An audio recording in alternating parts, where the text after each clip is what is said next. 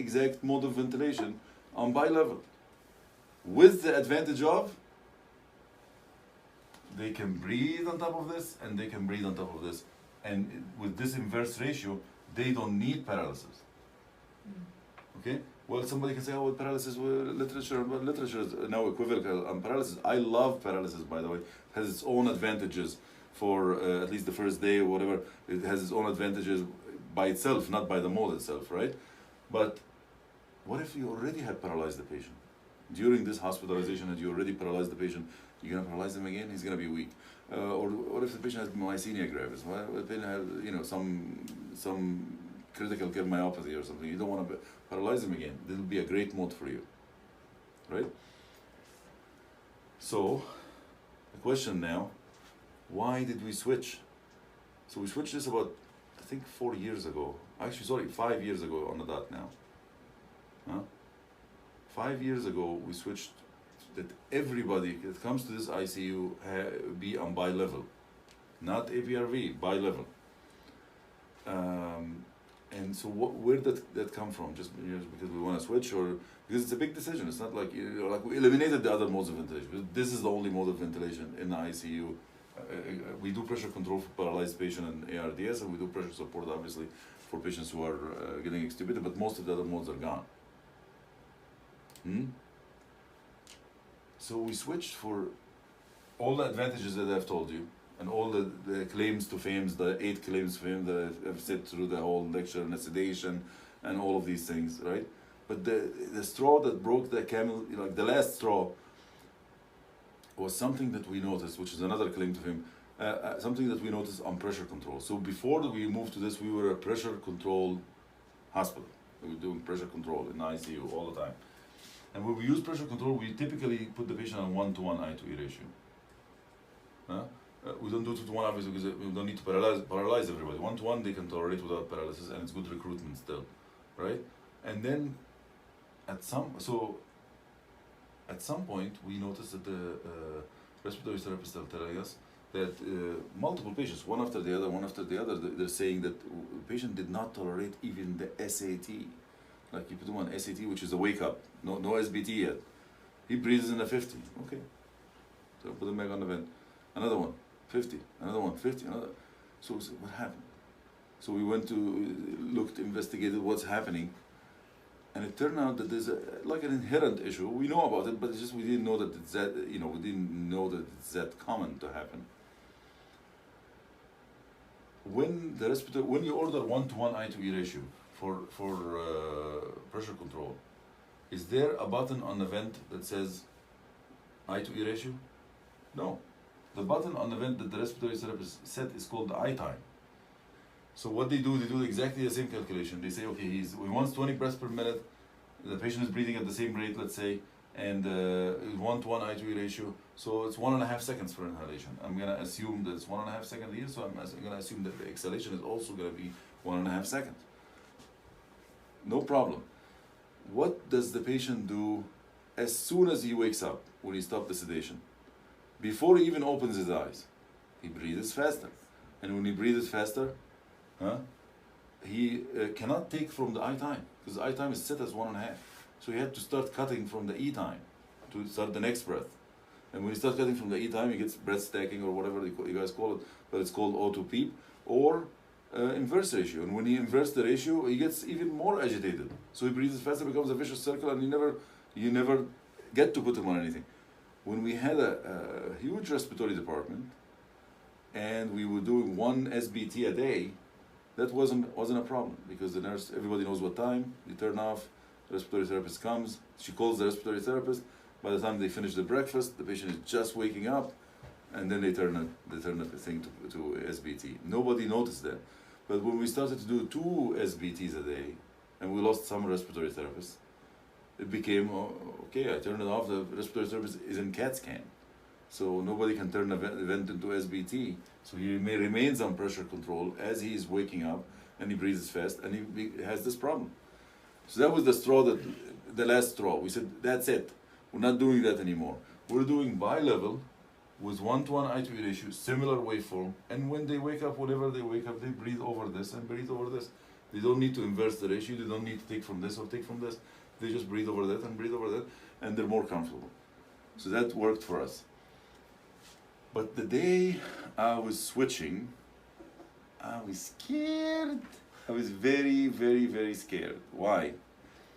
Because I could kill patients with this mode of ventilation, and then they're gonna say, he switched to this mode of ventilation, and that's what resulted. So for example, let's say Professor Wild West came in with her usual, heroin overdose. She did a little bit more this time.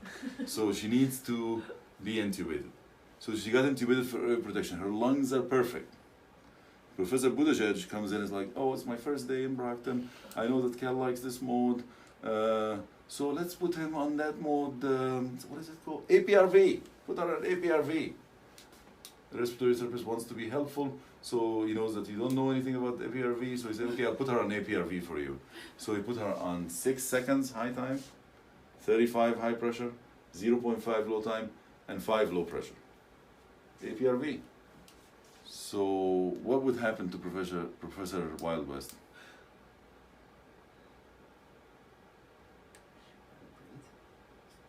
No, she'll breathe. It's blood pressure. My lungs are fine. And your lungs are fine. What's gonna happen? Very You will fine. die. I don't care about the barotrauma. We can correct that. You will die. You will have a cardiac arrest. Is the venous return? Huh? The venous return will drop? Yes, the venous return. So basically, if you put somebody on this mode that has normal lungs, all of the pressure inside the alveoli is transmitted directly into the vessels. So no venous return for 6 seconds.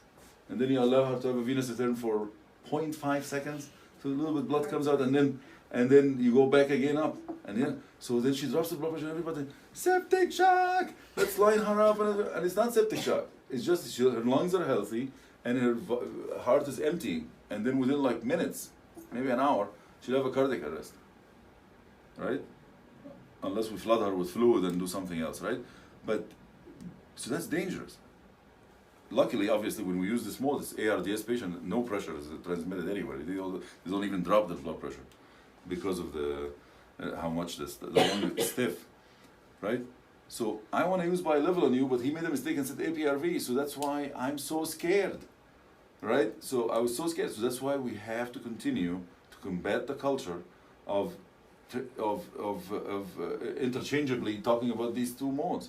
Every time I see a nurse that says APRV, I say bilevel. She rolls her eyes at me. I say bilevel again. Next time she says APRV, I say bilevel. Until they change, until they call it bilevel, right? Because if you call it APRV, a mistake can happen. Another mistake can happen, which is, let's say I'm still with more than 1 second bilevel, low time, right? Right? Mm-hmm. But the high time is 9 seconds. Still the same thing is going to happen to a lesser extent, right? There is a good venous return during the 1 second, 1 second and a half, but the majority, I'm giving 12 seconds on the high pressure and 1.5 seconds. Also, that's dangerous. I don't want my patients to have that. So we made a lie. We lied to everybody, and we said that you cannot have bilevel unless the 2 times are equal. So that's the rule. I abide by it all the time. No bilevel is done unless the 2 times are equal. So as I'm going up, 35 of pressure for 5 seconds, no venous return, I'm giving you another 5 seconds of a huge amount of venous return, right? So at least the venous return is not gonna be affected in somebody who doesn't have lung disease, or very minimal lung disease, right? So that's why you see we start at 2 and 2, and then go to 4 and 4, 6 and 6, 8 and 8. We never go the other way around. And then, of course, another hindrance to starting this process is to say, how do people, like, when you graduated from medical school and went to the first shift and they said, hey, what do you want to put this patient on? Coming from the ER or something, or you're in the ER, what do you want to put the patient on? Volume control 512, 5 people 100%, like easy. You can spit it out easily. Here, if you don't know the settings and if it's like not ingrained in you're not gonna do it, right? So in order to encourage people to do it, we made a kind of a song or something. 28822. So it's always in your head, 28,822, 28,822, 28,822. And if you forgot that, they know it so much, just say the usual. And they're gonna put it on 28,822, right? Is that so far away from what we were using before? No. It's actually, when we were using pressure control, typically we would use 20. And for like 16 years, I've never gone anybody on PEEP less than 8, because PEEP decreases the incidence of VAP, unless obviously there's pneumothorax or something, but in general, I never go less than 8. And the rate usually is 14, and then it's 1-to-1 I to E ratio. This is 1-to-1 I to E ratio, and the rate is 15, so it's the same thing. So we didn't change anything from what we were starting people on, and we're starting here. But to our great surprise, good surprise, is that we found that the gases on this is much better than the gases on this, even though they're the same, right? And that's, I hope one day I'll finish that study. That it's a study that will that is basically designed to or the hypothesis of the study is to say that the APRV in an equivalent minute ventilation will give you more alkalosis, more towards alkalosis, more like more ventilation in an equivalent minute ventilation. Like you give me 5 here and 5 here, that 5 here is more valuable than this. And that's what we noticed. The most common gas, have you noticed the most common gas in Brockton ICU is what? Maybe you didn't notice.